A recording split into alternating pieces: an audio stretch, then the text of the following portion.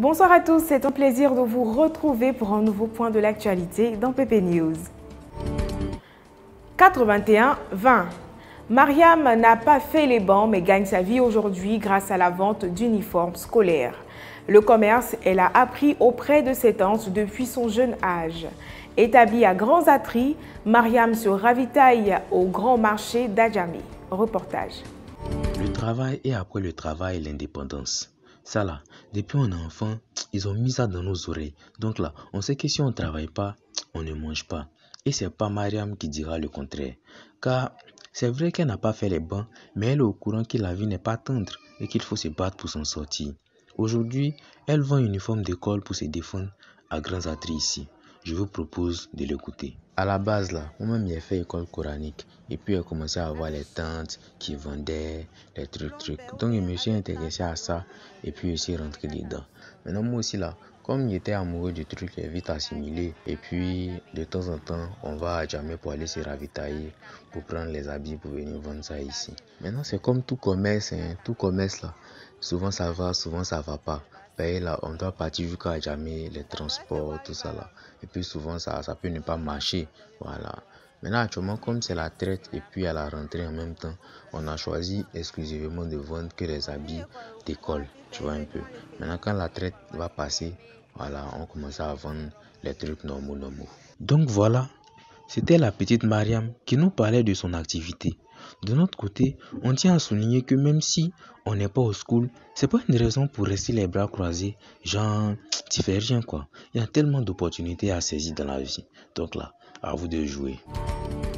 35-68. Une autre Mariam, mais cette fois-ci qui évolue dans le commerce de pagne.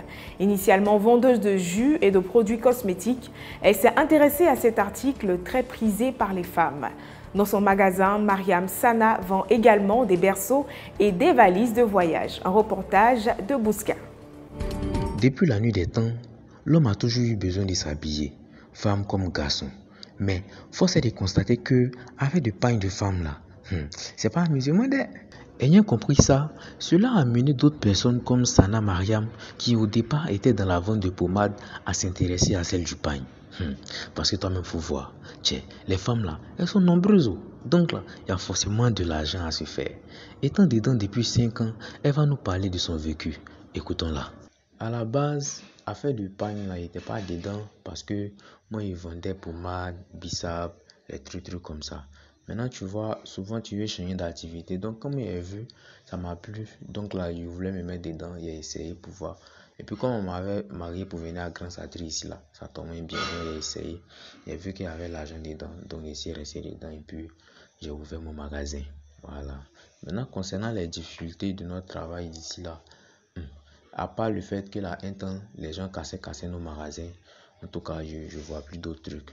Sinon, aujourd'hui, comme ça, là, je vends beaucoup de choses comme bazin, les pagnes, valises, berceaux. En tout cas, il est diversifié un peu, tu vois. Voilà. Donc voilà, c'était Sana Mariam qui nous parlait de son travail.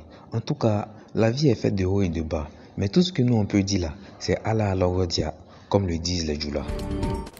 74-86. Un bon commerçant est celui qui dispose d'une marchandise variée, mais qui également sait s'adapter aux saisons sporadiques, ne correspondant pas forcément à ce qu'il propose comme service ou article au quotidien. C'est le cas de Traoré Abiba, commerçante à Ferké-Sédougou, 65. Ferké, 230 km de Boaké. Ici là, si la culture du coton et celle de la canne à sucre sont les rouées de base là, la mangue a elle aussi son mot à dire. La preuve, quand la saison de mangue approche comme ça là, nombreux sont ceux qui troquent leur tenue de travail habituelle pour se transformer en vendeurs ou en acheteurs de mangue. Voici la mère Traoré Abiba. Ça fait maintenant 15 années qu'elle fait la synthèse entre la vente de bissap, nyamoku et celle de la mangue. Écoutons maman de quelqu'un.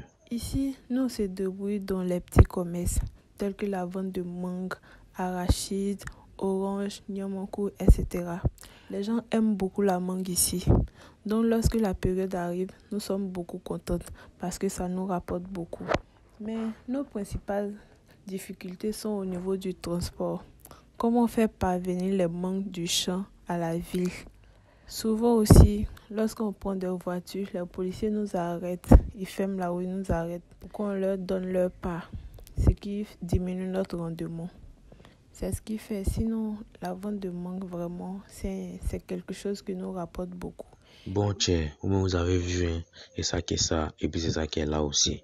Voilà, la mère Traoré Abiba, la mère de la métamorphose, caméléon, genre son femme, quoi. Voilà, en tout cas, ce qu'elle fait là, tant qu'elle gagne pour elle dans ce moment-là, tchè, le reste là, on s'en fout. Donc là, c'est tout, tchè. Merci pour votre attention. L'actualité continue sur notre site internet ppsoup.com.